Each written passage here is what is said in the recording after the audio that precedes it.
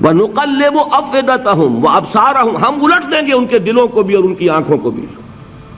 کیوں؟ كَمَا لَمْ يُؤْمِنُوا بِهِ أَوَّلَ مَرَّةٍ، اس لیے کہ وہ پہلی مرتبہ جب انکشاف حق ہوا ہے وہ ایمان نہیں لائے.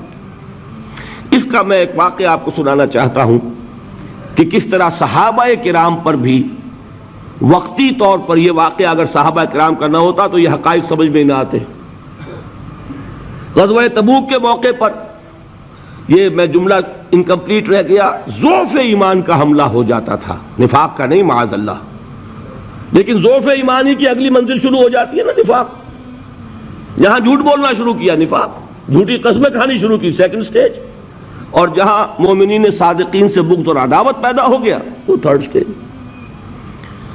تو وہ ضعف ایمان کا کیسے ہوتا ہے یہ حضرت کعب ابن مالک نے بڑی تفصیل سے بیان کیا ہے.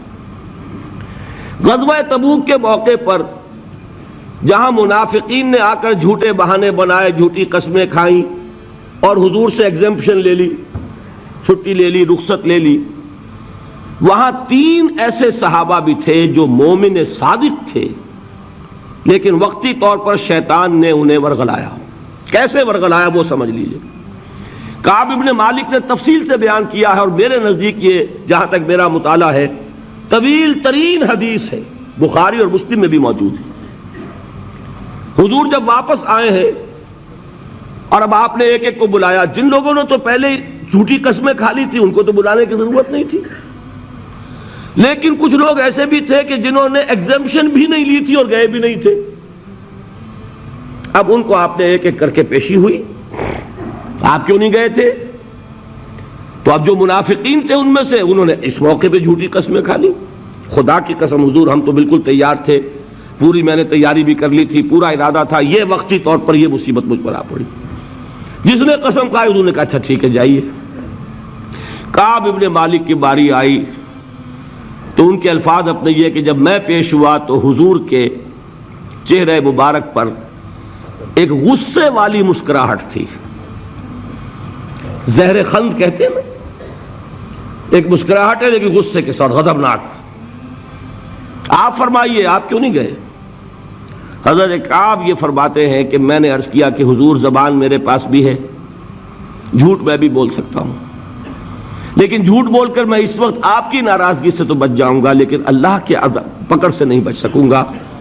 میں اعتراف کرتا ہوں کہ جتنا صحت مند میں اس زمانے میں تھا کبھی نہیں تھا، جتنا فارغ البال اس وقت تھا کہ میرے پاس ساز و سامان موجود تھا راستے کے لیے، اتنا میں کبھی نہیں تھا.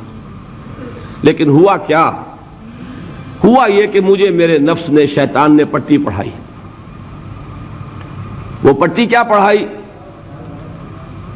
کہ حضور تو 30,000 کے لشکر کے ساتھ چلیں گے تو لشکر تو سلولی موو کرے گا نا، تمہارے پاس بڑی تکڑی، بڑی توانا صحت مند اونٹنی ہے، تم ذرا 2 دن بعد چلنا تیزی کے ساتھ اور حضور سے مل جانا.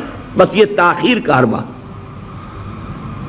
تو انہیں خیال آیا کہ ابھی 2 دن گھر کی ٹھنڈی چھاؤں ہے، میں یہاں پہ جو آرام ہے وہ کر لوں.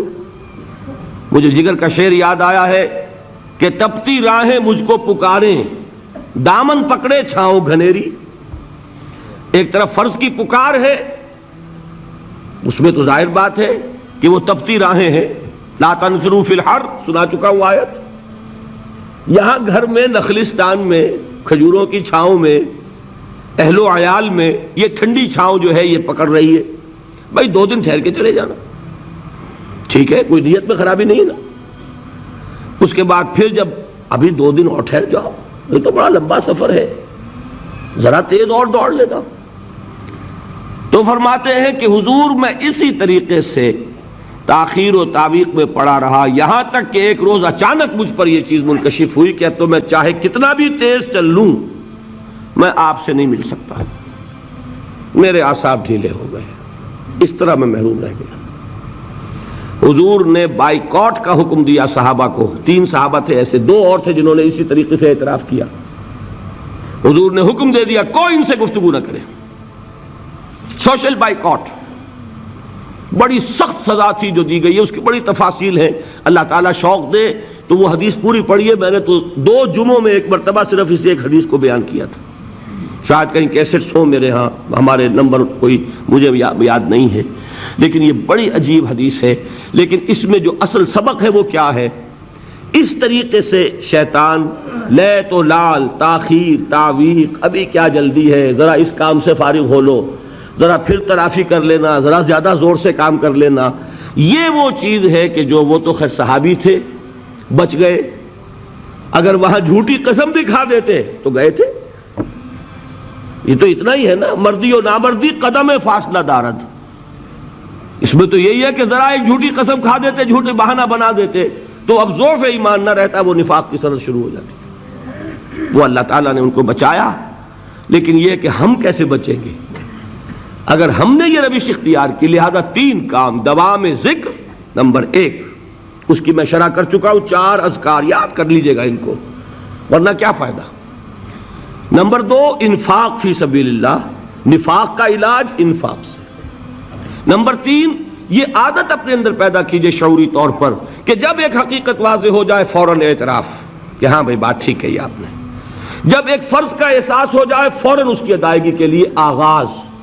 تاخیر و تعویق ہے کہ جس سے پھر نفاق کو موقع ملتا ہے. اللہ تعالیٰ مجھے اور آپ کو حقیقی ایمان عطا فرمائے اور نفاق سے بچائے رکھے.